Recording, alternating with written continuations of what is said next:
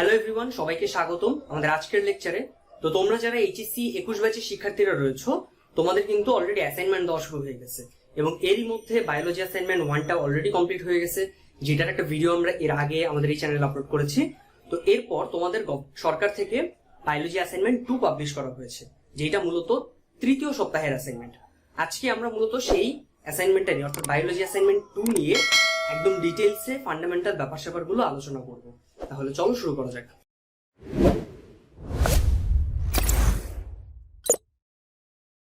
তো এই অ্যাসাইনমেন্টটা দেওয়া হয়েছে মূলত জীববিজ্ঞান দ্বিতীয় পত্র থেকে, দ্বিতীয় পত্রের প্রথম অধ্যায় প্রাণীর বিভিন্নতা এবং শ্রেণীবিন্যাস। তো আমরা জানি যে এই চ্যাপ্টারটাতে মূলত জীবজগতের যত প্রাণীরা আছে তাদেরকে নিয়ে আলোচনা করা হয় এবং তাদের 33টা পর্বে ভাগ করা হয়েছে। এর মধ্যে প্রধান যে পর্বগুলো রয়েছে, সেই প্রধান পর্বগুলোর মধ্যে নবম পর্ব হচ্ছে আমাদের করডাটা। ফাইলাম মানে হচ্ছে পর্ব, তাইলে নবম পর্ব হচ্ছে করডাটা। এই পর্বটা নিয়ে আমাদের এই অ্যাসাইনমেন্টটা সাজানো হয়েছে। তো তাহলে আমাদেরকে এই করডাটা পর্ব নিয়ে একদম হালকা কিছু ধারণা অবশ্যই থাকতে হবে, নাহলে তো আমরা আগাতে পারবো না। তাহলে আমরা ঠিক প্রথমে একদম বেসিক যে ব্যাপারগুলো রয়েছে, যেগুলো জানতেই হবে, সেইগুলো নিয়ে একটু কথাবার্তা বলবো। আর তারপর আমরা অ্যাসাইনমেন্টটা মূলত কিভাবে করতে হবে বা সরকারি নির্দেশনায় কি বলা হয়েছে সেইটা আমরা দেখবো। ওকে, তাহলে আমরা একটু দেখি।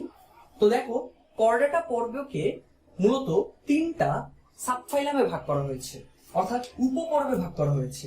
এই দেখো, আমি লিখে দিলাম সাবফাইলাম। তাহলে সাবফাইলাম 1 হচ্ছে ইউরোকর্ডাটা, সাবফাইলাম 2 হচ্ছে সেফালোকর্ডাটা এবং সাবফাইলাম 3 হচ্ছে ভার্টিব্রাটা। তো এইগুলোর ডিটেইলস আমরা খুব একটা যাবো না, আমরা আজকে মূলত অ্যাসাইনমেন্টের জন্য যা যা জানা দরকার শুধু সেইগুলো নিয়েই ডিটেইলস আলোচনা করব। তো প্রথমে ইউরোকর্ডাটা। তো ইউরোকর্ডাটার মধ্যে আবার কিছু শ্রেণী রয়েছে। এই যে লাল কালার দিয়ে যেগুলো দেখাইলাম, এগুলো হচ্ছে আমাদের শ্রেণী বা ক্লাস অর্থাৎ শ্রেণী। তো এর মধ্যে 1 নাম্বারটা হচ্ছে অ্যাসিডিয়েসিয়া, তারপর থেলিয়েসিয়া এবং তারপর লার্ভেসিয়া। এগুলো ডিটেইলস আমরা খুব একটা যাবো না। সাবফাইলাম 2 এ আমাদের কি ছিল? সেফালোকর্ডাটা। তো এটা একটু খেয়াল রাখবা, এই কর্ডাটার 3টা subphylum. 1 number Urochordata, 2 number Cephalochordata এবং 3 নাম্বার ভার্টিব্রাটা। তো এর মধ্যে যে ভার্টিব্রাটা আছে, এইটাকে আবার আমরা 2টা সুপার ক্লাসে ভাগ করি। তাইলে 2টা সুপার ক্লাস কি? এই হচ্ছে আমার সুপার ক্লাস 1 আর এই আমার সুপার ক্লাস 2। এটা কিসের পার্ট? ভার্টিব্রাটার পার্ট। ওকে, তাহলে ভার্টিব্রাটাকে আমরা 2টা সুপার ক্লাসে ভাগ করলাম। ভার্টিব্রাটা মানে হচ্ছে যাদের মেরুদণ্ড থাকে, যেসব প্রাণীদের, যেমন আমাদের দেখো মেরুদণ্ড আছে, একদম দেখবে যে তোমাদের এই কাঁধ থেকে মস্তিষ্কের ঠিক নিচ থেকে একদম মাজা পর্যন্ত অনেকগুলো অস্থি আছে। তো এই অনেকগুলো অস্থি মিলে আমাদের মেরুদণ্ড তৈরি হয়। সেই মেরুদণ্ড যাদের আছে তারা হচ্ছে ভার্টিব্রাটা পর্বের প্রাণী। এই ভার্টিব্রাটাকে আমরা 2টা সুপার ক্লাসে ভাগ করতেছি, সুপার ক্লাস 1 এবং সুপার ক্লাস 2। সুপার ক্লাস যেটা 1, এদেরকে আমরা বলি সাইক্লোস্টোমাটা। সুপার ক্লাস 1 এর আরেকটা নাম হচ্ছে সাইক্লোস্টোমাটা এবং সুপার ক্লাস 2 এর আরেকটা নাম হচ্ছে ন্যাথোস্টোমাটা। উচ্চারণটা খেয়াল রাখবা, ন্যাথোস্টোমাটা।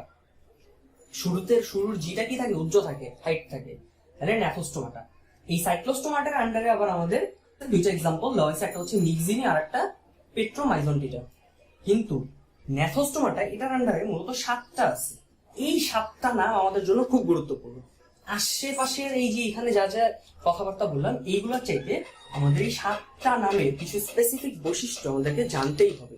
এইটুকু যদি না জানো তাহলে অ্যাসাইনমেন্টটা করতে পারবে না। তাই এই পার্ট থেকে খুব ভালো মতো মন দিতে হবে। তার মানে দেখো, প্রথমেই যেটা আছে সেটা হচ্ছে কন্ড্রিকথিস।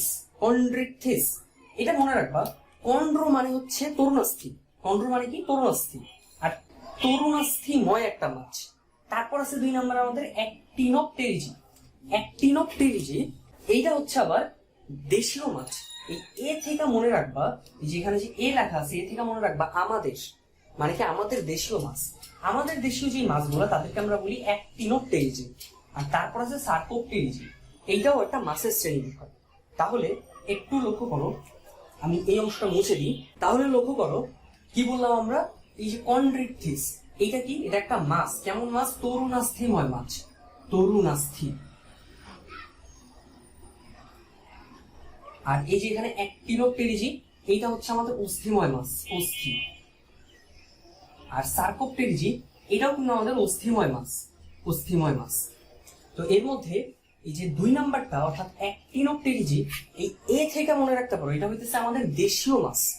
দেশীয় মাছ মানে কি, ধরো ইলিশ মাছ, রুই মাছ বা এই টাইপের যত মাছ আছে সেইগুলো হচ্ছে আমাদের অ্যাক্টিনোপটেরিজি শ্রেণীর। কারণ এটা হইতেছে আমাদের অস্থিময় মাছ। আমাদের দেশীয় মাছ এটা অস্থিময় মাছ, সার্কোপটেরিজি এটা অস্থিময় মাছ, কন্ড্রিকটিস এটা আবার কি তরুণস্থিময় মাছ।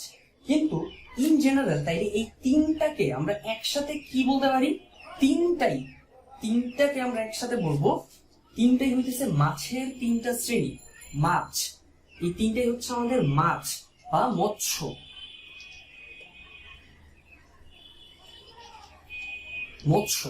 এই তিনটা আমাদের মৎস্য। তাহলে মাছের কিছু বেসিক বৈশিষ্ট্য তোমাকে জানতে হবে। এই তিনটা আলাদা আলাদা করে না জানবো, মাছের কিছু আলাদা বৈশিষ্ট্য তোমাকে অবশ্যই জানতে হবে। আচ্ছা, ওইটা আমরা দেখবো। এরপর আসো অ্যামফিবিয়া। অ্যামফিবিয়া মানে হচ্ছে উভচর প্রাণী, অর্থাৎ যেই প্রাণীগুলো জন্মের শুরুতে পানিতে থাকলেও পরবর্তীতে হচ্ছে বয়স বাড়ার সাথে সাথে সেটা আবার স্থলে কনভার্ট হয়ে যায়। তার মানে এরা পানিতেও থাকতে পারে আবার স্থলেও থাকতে পারে। তাইলে এরা হচ্ছে উভচর প্রাণী। উদাহরণ আমরা সবাই জানি ব্যাঙ, এটা একটা অ্যামফিবিয়ার শ্রেণীর উদাহরণ, অর্থাৎ উভচর প্রাণী। এরপর আছে আমাদের রেপটিলিয়া। রেপটিলিয়া মানে কি, সরীসৃপ। অর্থাৎ সেই প্রাণীগুলো যারা মূলত বুকে ভর দিয়ে চলে। সরীসৃপের একটা উদাহরণ আমরা কিন্তু অলরেডি জানি, সাপ, এটা একটা সরীসৃপ জাতীয় প্রাণী। তারপর মনে করো তোমার টিকটিকি, এগুলো হচ্ছে সরীসৃপ জাতীয় প্রাণী। আচ্ছা, তারপর কি আছে অ্যাভেস। অ্যাভেস মানে হলো পাখি যারা উড়তে পারে। আর তারপর আছে ম্যামালিয়া। ম্যামালিয়ার বাংলা হচ্ছে স্তন্যপায়ী প্রাণী।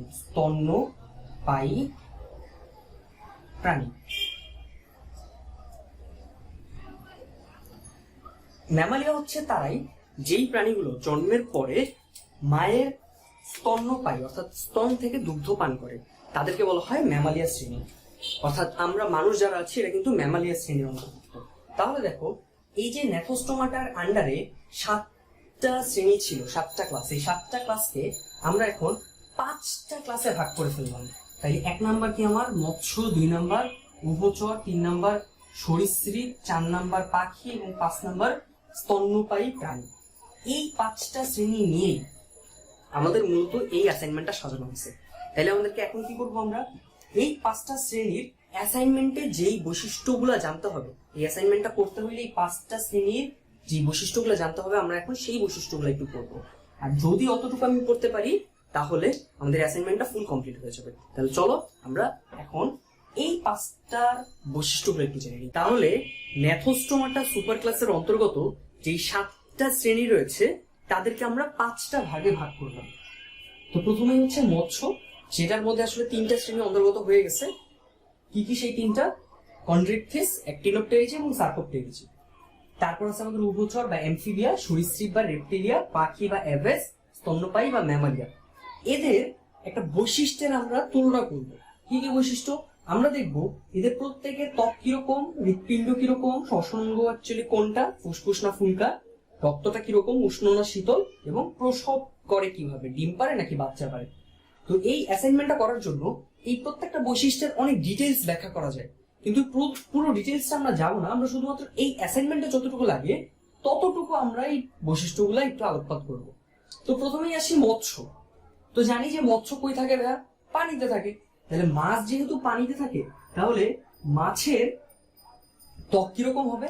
ভেজা। মাছের ত্বক হচ্ছে ভেজা এবং তার সঙ্গে ত্বকটা কিরকম? আইস যুক্ত। তাহলে মাছের ত্বক ভেজা ও আইস যুক্ত। প্রথমটা আমাদের গেল। এরপর দেখি উভচর যারা, অর্থাৎ এরা কিন্তু জীবনের প্রথম দিকে পানিতে থাকে এবং তারপরে হচ্ছে এরা স্থলে থাকে। তাহলে এদের ত্বকটা কিরকম হবে? তো এদের ত্বক আমরা ইন জেনারেল বইয়ের রেফারেন্স অনুযায়ী এখানেও আমরা ভেজা লিখে রাখবো, ভেজা। এরপর আছে আমাদের সরীসৃপের ত্বকটা কিরকম? এই ত্বকটা কিন্তু শুষ্ক ও আইস যুক্ত।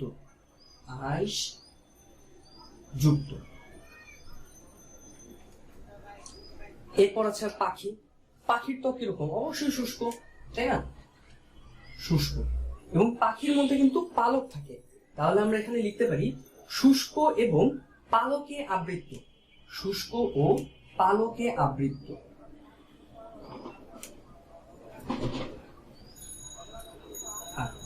আর স্তন্যপায়ী, এদের ত্বক তো আমরা জানি, যেমন আমরা মানুষ, আমাদের ত্বক কিরকম, শুষ্ক, কিন্তু একটা বিশেষ বৈশিষ্ট্য হচ্ছে শুষ্কের সাথে কিরকম, লোম থাকে, তাই না? তাহলে শুষ্ক কমা লোম যুক্ত, লোম যুক্ত। আশা করি এই 5টা বৈশিষ্ট্য আমাদের ক্লিয়ার। এরপর আমরা হৃৎপিণ্ড নিয়ে কথা বলবো। তা আমরা যারা রুই মাছ টপিকটা পড়ছো তারা জানো যে মাছের হৃৎপিণ্ড সাধারণত কয়েক প্রকোষ্ঠ থাকে, 2 প্রকোষ্ঠ থাকে, 2 প্রকোষ্ঠ বিশিষ্ট।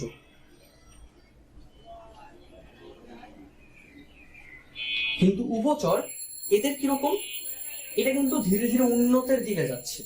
উভচরের হচ্ছে 3 প্রকোষ্ঠ বিশিষ্ট, তাহলে এখানে লিখবো 3 প্রকোষ্ঠ বিশিষ্ট। এরপর যারা আছে সবাই হচ্ছে 4 প্রকোষ্ঠ বিশিষ্ট হৃৎপিণ্ড, অর্থাৎ ধরো স্তন্যপায়ী মানুষ, এরা কিরকম 4 প্রকোষ্ঠ। পাখির প্রকোষ্ঠ কয়টা, হৃৎপিণ্ডের 4টা। আবার সরীসৃপের ক্ষেত্রে একটু আলাদা, সরীসৃপেও আমার 4 প্রকোষ্ঠ, কিন্তু এখানে অসম্পূর্ণ 4 প্রকোষ্ঠ, অসম্পূর্ণ 4 প্রকোষ্ঠ। পাখির ক্ষেত্রে 4 প্রকোষ্ঠ, স্তন্যপায়ীর ক্ষেত্রে 4 প্রকোষ্ঠ।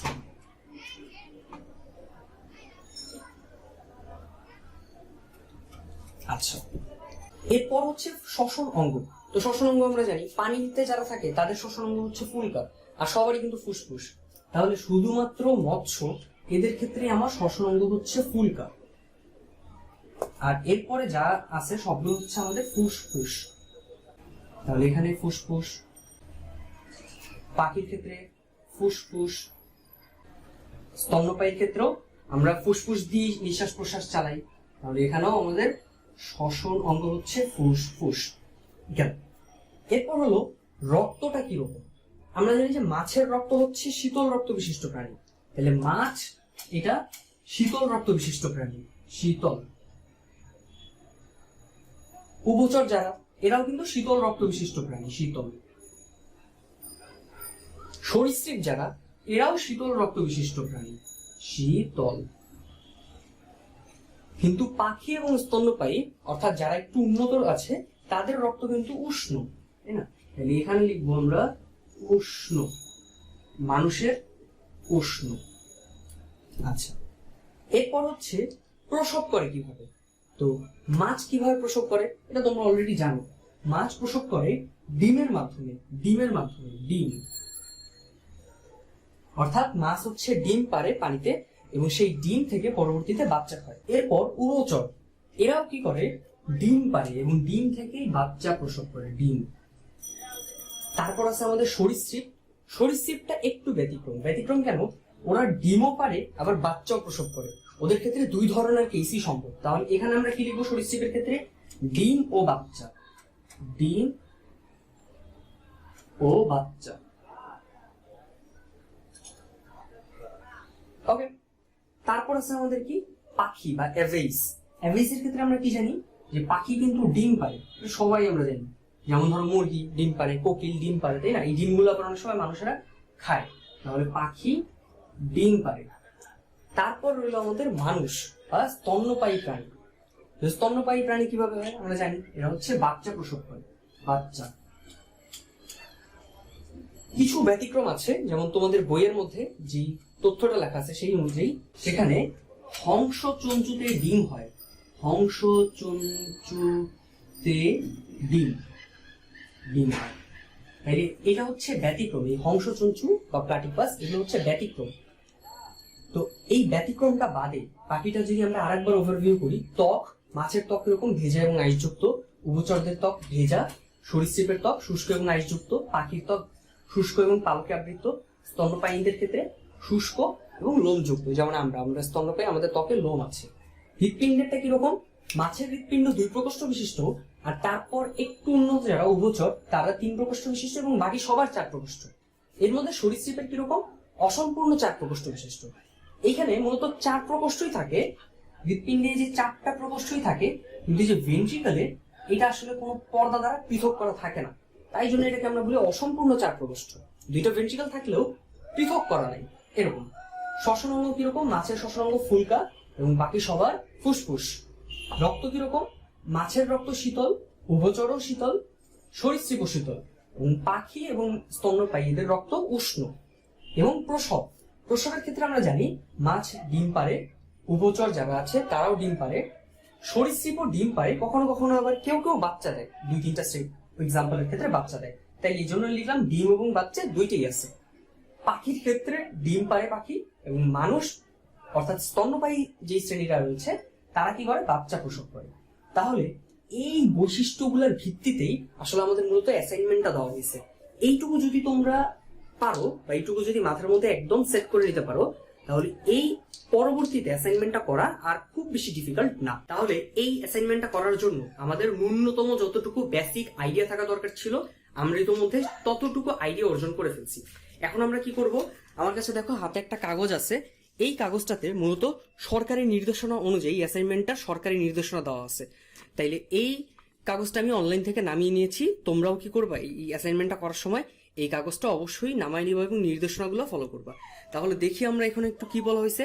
দেখো, আমরা নির্দেশনার এই কলামটাতে দেখতেছি, নির্দেশনা কলামটাতে এই কলামটাতে বলা হয়েছে যে পাঠ্যপুস্তকে করডাটা পর্বের যেই শ্রেণীবিন্যাসে 3টা উপপর্ব, 2টা অধিশ্রেণী এবং সব মিলিয়ে 12টি শ্রেণী রয়েছে, সেই শ্রেণীবিন্যাসটি পাঠ করতে হবে।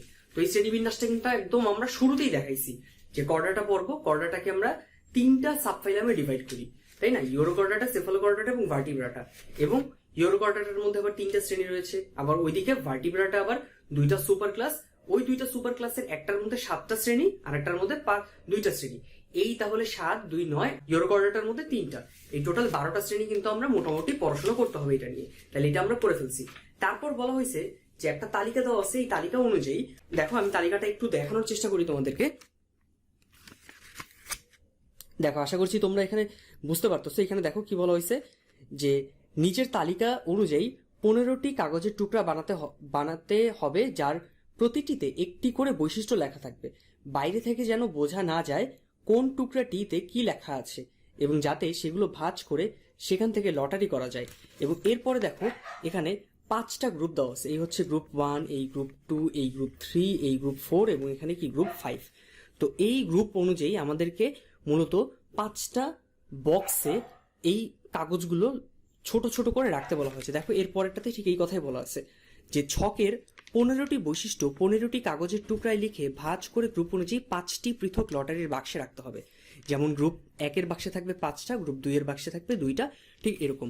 তো দেখো আমার কাছে তো এখন আমি বাক্স ম্যানেজ করতে পারিনি, বা এই এতগুলো বাক্স নিয়ে আমি এখন দেখাতে পারিনি। তার জন্য আমি কি করেছি, এখানে ছোট ছোট কিছু বক্স বানিয়েছি কাগজের। এই বক্সের মধ্যে কি আছে? হ্যাঁ, সেই গ্রুপ 1-এর মধ্যে যেই বৈশিষ্ট্যগুলো লেখা আছে, অর্থাৎ ভেজা ত্বক, শুষ্ক ত্বক, আইসযুক্ত ত্বক, ঠিক এই বৈশিষ্ট্যগুলোই এই কাগজের মধ্যে আমি লিখে রাখছি। দেখো আমি গ্রুপ 1টা তোমাদেরকে বের করে দেখাচ্ছি। এই যে গ্রুপ 1, তাহলে এই গ্রুপ 1-এর মধ্যে এখানে যে বৈশিষ্ট্যগুলো ছিল, অর্থাৎ ভেজা ত্বক, শুষ্ক ত্বক, আইসযুক্ত ত্বক, পালকযুক্ত ত্বক এবং লোমযুক্ত ত্বক, 5টা ইনফরমেশন দেওয়া ছিল। এই 5টা ইনফরমেশন আমার এখানে ঠিক 5টা কাগজের মধ্যেই দেওয়া আছে। দেখো আমি তোমাদেরকে একটু দেখাই। এই হচ্ছে একটা শুষ্ক ত্বক। তারপর ধরো আমি আরেকটা কাগজ নিলাম, সেখানে আমার লেখা আছে কি পালকযুক্ত ত্বক। তো ঠিক এইরকম আমার কাছে 5টা কাগজে 5টা ইনফরমেশন লেখা আছে।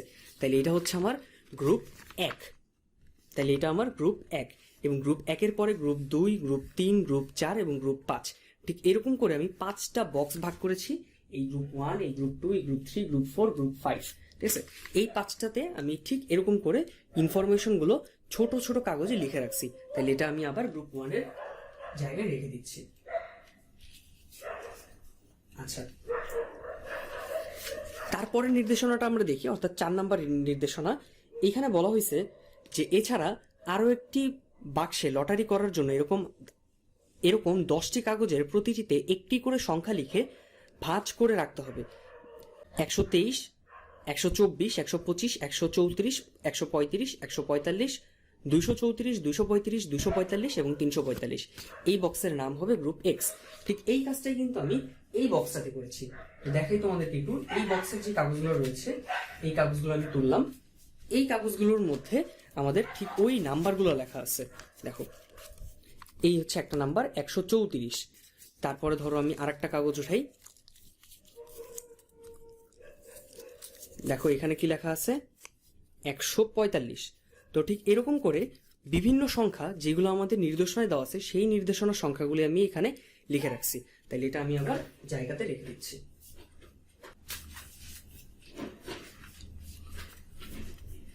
তারপর দেখো কি বলানো হয়েছে যে দেখো 5 নাম্বার পয়েন্টটা, প্রত্যেক রাউন্ডের শুরুতে গ্রুপ এক্স থেকে না দেখে একটি কাগজ তুলতে হবে। ধরা যাক 134 কাগজটা উঠলো, তাহলে গ্রুপ 1 থেকে এবং গ্রুপ 3 এবং গ্রুপ 4 হতে একটি করে কাগজ তুলতে হবে। ধরা যাক সেই 3টি গ্রুপ থেকে যথাক্রমে লোমযুক্ত ত্বক, 4 প্রকোষ্ঠ বিশিষ্ট ত্বক এবং উষ্ণ রক্ত লেখা উঠলো। তাহলে এরপরে এই 3টা বৈশিষ্ট্য নিয়ে আসলে কোন শ্রেণীটা হয় সেই শ্রেণীটা আমাকে আইডেন্টিফাই করতে হবে। ঠিক এই কথাগুলোই আমাদের পরবর্তী নির্দেশনাতে দেওয়া আছে। তাহলে আমাদের মূলত কাজ কি ভাই, আশা করছি তোমরা বুঝতে পারছো যে আমরা মূলত প্রথমে গ্রুপ এক্স থেকে একটা কাগজ তুলবো। সেই কাগজের মধ্যে আমি দেখবো যে 3টা নাম্বার আছে, সেই 3টা নাম্বার অনুযায়ী এই ঘরগুলো থেকে, গ্রুপগুলো থেকে আমরা আবার 3টা কাগজ তুলবো। তাহলে এই যে 3টা বৈশিষ্ট্য আমি দৈবভাবে নির্বাচন করলাম, জাস্ট আমার ভাগ্যে যেটা পড়ে সেইটা দেখার পরে ওই 3টা নিয়ে আমাদের কোন একটা শ্রেণী তৈরি হবে। তাহলে দেখো এখানে আমি কি করব, ধরো আমি এই কাজটা এখন করা শুরু করি। ধরো এখানে আমার রাউন্ড 1, এই রাউন্ড 1 এর মধ্যে আমাকে কি করতে হবে, ফার্স্টে লটারি করতে হবে। তাহলে আমি প্রথমে লটারিটা করি। দেখো প্রথমে আমাকে বলা হয়েছে গ্রুপ এক্স থেকে একটা তোলার জন্য, একটা কাগজ তোলার জন্য। আমি কিন্তু র্যান্ডমলি একটা কাগজ তুললাম। তাহলে দেখি আমরা কাগজটা কি পড়ছে। এই কাগজটা হচ্ছে দেখো 235। এর মানে কি, গ্রুপ নাম্বার 2 অর্থাৎ এই গ্রুপটা থেকে একটা তুলবো, গ্রুপ 3 থেকে একটা তুলবো এবং 5 থেকে একটা তুলবো। তাহলে আমরা তুলি সেইগুলা। দেখো তাহলে আমাদের সংখ্যাটা আমি প্রথমে এখানে লিখে রাখি 200, এখানে লিখি 235। আচ্ছা, এটা আমি আমার জায়গাতে রেখে দিই। তাহলে আমাকে গ্রুপ 2 থেকে একটা তুলবো, 3 থেকে একটা তুলবো এবং 5 থেকে আরেকটা তুলবো। তাহলে আমি প্রথমে গ্রুপ 2 থেকে একটা তুলি। আচ্ছা, গ্রুপ 2 এর মধ্যে লেখা আছে ফুসফুস। তাইলে আমাদের 1 নম্বর বৈশিষ্ট্য কি, ফুসফুস। প্রথম বৈশিষ্ট্য সেটা হচ্ছে ফুসফুস। ফুসফুস। আচ্ছা, তাহলে এটা আমি গ্রুপ 2 এর মধ্যে রেখে দিলাম। তারপর আমার 3 নাম্বার থেকে তুলতে হবে। আমি 3 থেকেও একটা র্যান্ডমলি তুললাম একটা কাগজ। দেখো এই কাগজটার মধ্যে আমার লেখা আছে 2 প্রকোষ্ঠ বিশিষ্ট হৃৎপিণ্ড। আচ্ছা, 2 প্রকোষ্ঠ বিশিষ্ট হৃৎপিণ্ড, 2 প্রকোষ্ঠ বিশিষ্ট হৃৎপিণ্ড। তাই আমার 3 নম্বর গ্রুপ থেকে কাগজ তোলা শেষ। এরপর আমাকে 5 নম্বর গ্রুপ থেকে কাগজ তুলতে হবে। 5 নম্বর গ্রুপ থেকে আমি আবার একটা তুলি। দেখো এই গ্রুপের মধ্যে আমার কি লেখা আছে, বাচ্চা প্রসব করে। তাইলে এটা আমি আবার এখানে লিখে রাখবো, বাচ্চা প্রসব করে, বাচ্চা প্রসব করে। আচ্ছা, তাইলে এটা আমি আবার এই জায়গায় রেখে ফেলবো। তাইলে দেখো আমরা লটারি করার মাধ্যমে কি করলাম, 3টা বৈশিষ্ট্য নির্ধারণ করছি। এখন তাহলে একটু আগে আমরা যখন একটা ছকের মধ্যে বৈশিষ্ট্যগুলো পড়তেছিলাম তখন আমরা 5টা শ্রেণীতে ভাগ করছিলাম। অ্যাকচুয়ালি 7টা ছিল, 7টাকে আমরা 5টা বানায় ফেলছিলাম। 1 নম্বরে কি ছিল আমাদের, মৎস্য। মৎস্য এখানে মূলত 3টা শ্রেণী ছিল, সেই 3টা শ্রেণীকে আমরা একসাথে একটা মৎস্য বানাইছিলাম, তাই না? তারপরে 2 নম্বরে আমাদের ছিল উভচর। উভচর। 3 নম্বরে কি ছিল, সরীসৃপ। সরীসৃপ। 4 নম্বরে ছিল কি, পাখি বা অ্যাবেস। এবং 5 নম্বরে ছিল স্তন্যপায়ী প্রাণী। স্তন্যপায়ী প্রাণী। আচ্ছা, এখন দেখো আমাদেরকে বৈশিষ্ট্যগুলো জাস্ট এই 5টার সাথে মিলাইতে হবে। বৈশিষ্ট্যগুলো কিন্তু আমরা অলরেডি জানি। তাহলে প্রথম বৈশিষ্ট্য এটা কি, ফুসফুস। এখন দেখো তো ভাই, মাছের কি ফুসফুস আছে? নাই, তাহলে এটা বাঘ। উভচর, এদের ফুসফুস আছে। সরীসৃপ, এদের ফুসফুস আছে। পাখিরও ফুসফুস আছে। স্তন্যপায়ী প্রাণীরও ফুসফুস আছে। তাইলে এইটা যে হবে না, এটা আমরা কনফার্ম, এটা বাঘ। এরপরের যে কোনোটা হইতে পারে। তাহলে আমরা এরপরটাই দেখি, বলছে কি 2 প্রকোষ্ঠ বিশিষ্ট হৃৎপিণ্ড থাকবে। এখন ভাইয়া দুই প্রকোষ্ঠ বিশিষ্ট হৃৎপিণ্ড কিন্তু এদের কারণেই শুধু একজনের আছে, উভচর। তাইলে এইটা আমার 1 নম্বর পয়েন্টটাকেও ঠিকঠাক করলো, 2 নম্বর পয়েন্টটাকেও আমার মেনে নিচ্ছে। 3 নম্বরে বলছে বাচ্চা প্রসব করে। এখন দেখো এর মধ্যে বাচ্চা প্রসব করে কারা কারা, একটু মনে করো তো ভাইয়া। বাচ্চা প্রসব করতেছিল আমার শুধুমাত্র স্তন্যপায়ী এবং মাঝে মাঝে সরীসৃপ। তাইলে দেখো এই যে 3টা বৈশিষ্ট্য মিলাইলাম, যদি আমরা ফুসফুস, দুই প্রকোষ্ঠ বিশিষ্ট হৃৎপিণ্ড এবং বাচ্চা প্রসব করে, এই 3টা বৈশিষ্ট্যকে যদি আমরা একসাথে কম্বাইন করি, তাইলে কি আমাদের একটাও প্রাণী হয়? একটাও প্রাণী হয় না। দেখো প্রথম 2টা মিলাইয়া আমি ডিফাইন করতেছিলাম যেটা উভচর হইতে পারে। যদি ফুসফুস আর দুই প্রকোষ্ঠ বিশিষ্ট হৃৎপিণ্ড হয় তাইলে এটা উভচর প্রাণী হইতে পারে। কিন্তু পরে যখন বলছে বাচ্চা প্রসব করে, উভচর তো আর বাচ্চা প্রসব করে না। আমরা কি জানি উভচর হচ্ছে ডিম পারে। বাচ্চা প্রসব করছিল শুধুমাত্র সরীসৃপ এবং স্তন্যপায়ী প্রাণী, কিন্তু এই দুটো তো আর এখানে নাই। এই দুটো তো আবার আগের পয়েন্টের সাথে আমার মিলতেছে না, কারণ দুই প্রকোষ্ঠ বিশিষ্ট হৃৎপিণ্ড তো সরীসৃপেরও নাই, আবার স্তন্যপায়ী প্রাণীরও নেই। তাইলে আমরা বুঝতেছি এই বৈশিষ্ট্যগুলো নিয়ে অ্যাকচুয়ালি কোন শ্রেণী তৈরি হওয়া সম্ভবই না।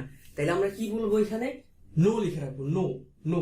অথবা তুমি বাংলায় লেখো যে শ্রেণীর নাম নেই, নেই, কোন শ্রেণী হবে না। এখন এইখানে ব্যাখ্যায় ঠিক যেই পয়েন্টগুলা ডিফাইন করে করে আমরা নিশ্চিত হইলাম যে এই বৈশিষ্ট্যগুলা নিয়ে কোনো শ্রেণী তৈরি সম্ভব না, সেই কথাগুলাই তুমি এই ব্যাখ্যাতে লিখে ফেলবা। কি লিখবা তুমি?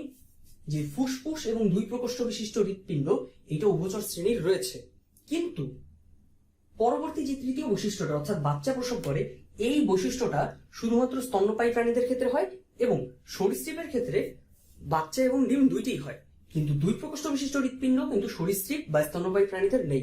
সুতরাং প্রথম 2টা বৈশিষ্ট্য আলোচনাতে আমাদের উভচর সিদ্ধান্তে আসতে পারলো। 3টা বৈশিষ্ট্য যখন আমি বিবেচনা করব তখন আমার এইদের মধ্যে কোনো শ্রেণী অন্তর্ভুক্ত হতে পারে না। ঠিক এই কথাবার্তাগুলো তুমি ব্যাখ্যাতে লিখে ফেলবা। তাইলে কি হলো আমার ভাইয়া, রাউন্ড 1 কমপ্লিট, রাউন্ড 1 শেষ। তাই ঠিক এইরকম ভাবে আমাকে 5টা রাউন্ড করতে বলা হয়েছে। আমি কিন্তু অলরেডি তোমাদেরকে একটা রাউন্ড করে দিলাম। তাইলে আমরা আসো আরেকটা রাউন্ড একটু দেখি। তো এরপর আমরা রাউন্ড 1 এর মতো করে আবার একটা রাউন্ড 2 করে তোমাদেরকে দেখাবো যে জিনিসটা, ঘটনাটা কি ঘটে। তাইলে আমরা কি করবো, আগের মতন প্রথমেই গ্রুপ এক্স থেকে একটা কাগজ তুলবো আমি। তো আমি গ্রুপ এক্স থেকে একটা কাগজ তুললাম, দেখি আমরা কোন কাগজটা পড়ে, আমাদের ভাগ্যে কি আছে আমরা একটু দেখি। দেখো কি লেখা আছে, 235, তাই না? তাহলে আমরা এখান থেকে লিখে রাখলাম এটা হচ্ছে 235, ওইটাই যেই জায়গা সেই জায়গায় রেখে দিই। 235 মানে কি, গ্রুপ 2 থেকে একটা তুলবো, গ্রুপ 3 থেকে একটা তুলবো এবং গ্রুপ 5 থেকে একটা তুলবো। প্রথমে আমি গ্রুপ 2 থেকে একটা তুলি, দেখি গ্রুপ 2 আমাদের জন্য কি অপেক্ষা করতেছে। দেখো লেখা আছে ফুসফুস, তাই না? তাইলে আমি এখানে লিখে রাখি ফুসফুস, ফুসফুস। তাহলে গ্রুপ 2 এর জিনিস আমি গ্রুপ 2 এ রেখে দিলাম। এরপর আমার গ্রুপ 3 থেকে একটা তুলতে হবে, আমি 3 থেকেও একটা তুলি। দেখো গ্রুপ 3 এ আমাদের বলা আছে 4 প্রকোষ্ঠ বিশিষ্ট হৃৎপিণ্ড। আচ্ছা, তাইলে এখানে 4 প্রকোষ্ঠ বিশিষ্ট হৃৎপিণ্ড, প্রকোষ্ঠ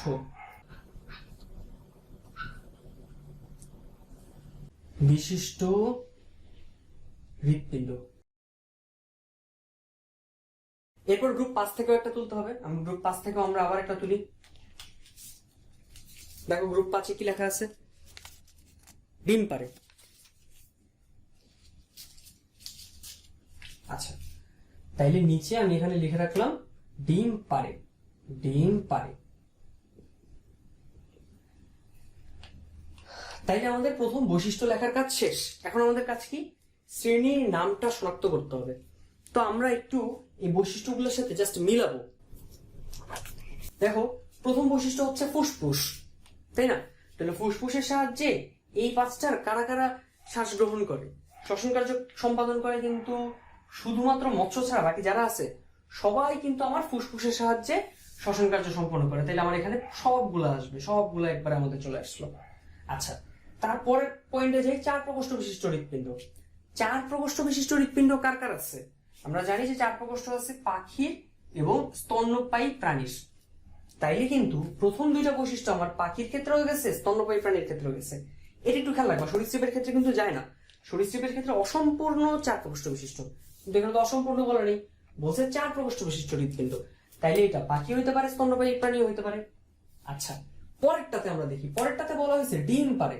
দেখো ভাই, ডিম কি ভাই, মানুষ কি ডিম পারে? স্তন্যপায়ী প্রাণীরা ডিম পারে না, ডিম পারে শুধুমাত্র পাখি। তাইলে দেখো, এই যে পাখির মধ্যে আমার 3টা বৈশিষ্ট্য কি মিলে গেছে না? ফুসফুস, পাখি শ্বসনাঙ্গ হচ্ছে ফুসফুস। পাখির হৃৎপিণ্ড কয় প্রকোষ্ঠ বিশিষ্ট? 4 প্রকোষ্ঠ বিশিষ্ট। পাখি প্রসব করে কিভাবে? ডিমের মাধ্যমে, ডিম পারে এবং তার মধ্যে পর প্রসব সম্পন্ন করে। তাহলে এই যে বৈশিষ্ট্যের মধ্যে আমরা কি লিখবো? সবগুলো বৈশিষ্ট্য মিলে আমার এটাকে নির্দেশ করতেছে এটা একটা পাখি, একটা ডানা মেলা পাখি। তাহলে এই পাখির ইংরেজি টার্মটাও আমরা লিখে রাখবো অ্যাভেস। যেহেতু অ্যাসাইনমেন্ট একটু সুন্দর করতে পারলে টিচারও খুশি হবে।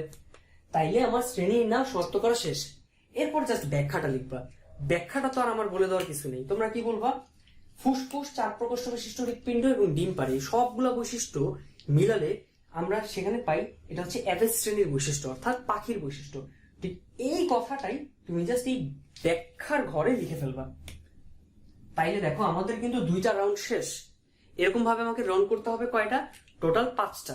2টা অলরেডি শেষ, আরো 3টা করতে হবে। তো আমি আর বাকি 3টা করলাম না, এই বাকি কাজগুলো তোমাদের। তোমরা কি করবা? অ্যাসাইনমেন্টের জন্য যে নির্দেশনাগুলো দেওয়া আছে সেই নির্দেশনাগুলো একদম A to Z পড়বা। পড়ে কি করবা? এরকম ছক বানাবা। এই ছকটা তোমাদের নির্দেশনার বক্সেই দেওয়া আছে। ছকটা বানায় তোমরা কি করবা? এরকম 5টা বক্স বানাবা, সেখান থেকে যে লটারি করবা, ইচ্ছা মতো একটা করে তুলবা এবং যে বৈশিষ্ট্যটা পড়বে সেই বৈশিষ্ট্যটা শ্রেণীর নাম লিখবা, না থাকলে নো লিখে দিবা। আর কেন তুমি এটা শ্রেণীর নাম লিখছো বা কেন নো লিখছো সেই ব্যাখ্যাটা লিখবা। তোমার অ্যাসাইনমেন্ট কমপ্লিট। Thank you.